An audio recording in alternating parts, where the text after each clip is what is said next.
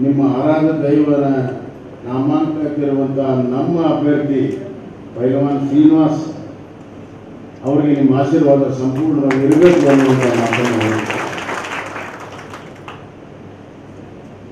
ಬಂಧುಗಳೇ, ಈ ಚುನಾವಣೆ ಕೇವಲ ದಾವಣಗೆರೆಗೆ ಸೀಮಿತವಾಗಿಲ್ಲ.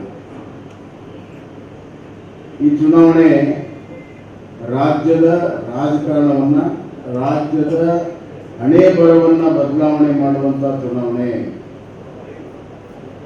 ಈ 2023ರಲ್ಲಿ ಆಯ್ಕೆ ಆಗಿರುವಂಥ ಕಾಂಗ್ರೆಸ್ ಪಕ್ಷ ಅಧಿಕಾರದ ಅಹಂಕಾರದಲ್ಲಿ ತೇಲಾಡ್ತಾ ಇದೆ. ಅವ್ರು ಯಾರಿಗೂ ಕೂಡ ಕಣ್ಣಿಗೆ ಕಾಣ್ತಾನೆ, ಯಾರ ಬಗ್ಗೆನೂ ಕೂಡ ಗೌರವವಿಲ್ಲ, ಯಾವ ಸಮಾಜದ ಬಗ್ಗೆನೂ ಗೌರವವಿಲ್ಲ.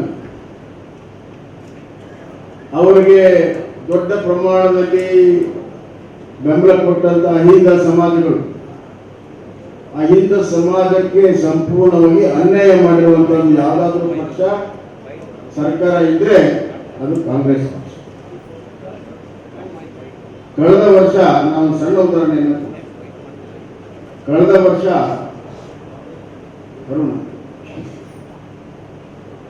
ಕಳೆದ ವರ್ಷ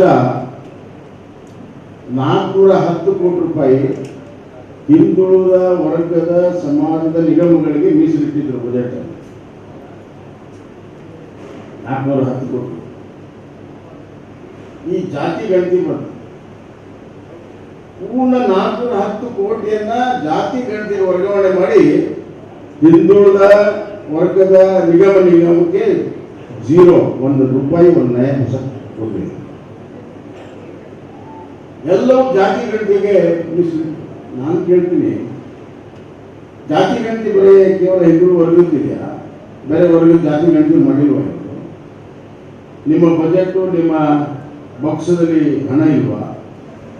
ಒಬ್ಬ ಹಿಂದುಳಿದ ವರ್ಗದ ನಾಯಕ ಮುಖ್ಯಮಂತ್ರಿ ಇರುವಾಗ ಹಿಂದುಳಿದ ವರ್ಗಕ್ಕೆ ಇರುವಂತಹ ಸಂಪೂರ್ಣ ಬಜೆಟ್ ಅನ್ನ ಜಾತಿ ಗಣತಿಗೆ ಕೊಟ್ಟು ಹಿಂದುಳಿದ ವರ್ಗಕ್ಕೆ ಶೂನ್ಯವನ್ನ ಕೊಟ್ಟಿರುವಂತಹ ಒಬ್ಬ ಹಿಂದುಳಿದ ವರ್ಗದ ನಾಯಕ ಅಪಖ್ಯಾತಿ ಯಾರಾದರೂ ಇದ್ರೆ ಅದು ಯಾರು ಅಂತ ನಾವು ಊಹೆ ಮಾಡಿ.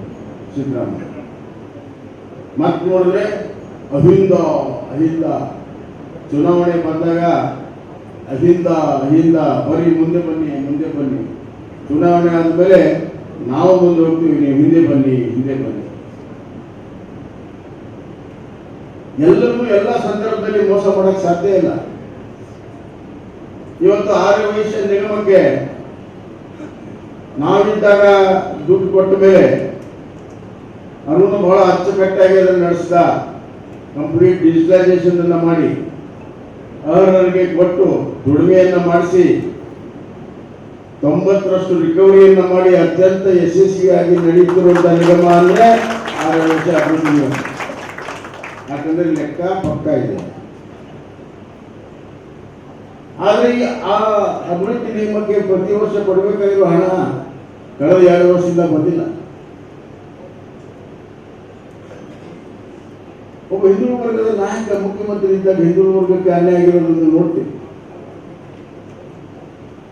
ಯಾವ ನೈತಿಕತೆಯಿಂದ ಇವರು ಹಿಂದುಳಿದ ವರ್ಗದ ಮತವನ್ನು ಕೇಳ್ತಾರೆ? ಅದೇ SC, ST, SC/ST ಹಣ, ಅದು ಕೂಡ ಸುಮಾರು 40,000ಕ್ಕಿಂತ ಹೆಚ್ಚು SC/ST, SC/ST ಜನಕ್ಕೆ ಇಟ್ಟಿರುವಂತಹ ಹಣವನ್ನ ಗ್ಯಾರಂಟಿಗೆ ಡೈವರ್ಟ್ ಮಾಡಿದ್ದಾರೆ. ಎಲ್ಲ SC/ST ನಿಗಮದಲ್ಲಿ ಭ್ರಷ್ಟಾಚಾರ ಇದೆ.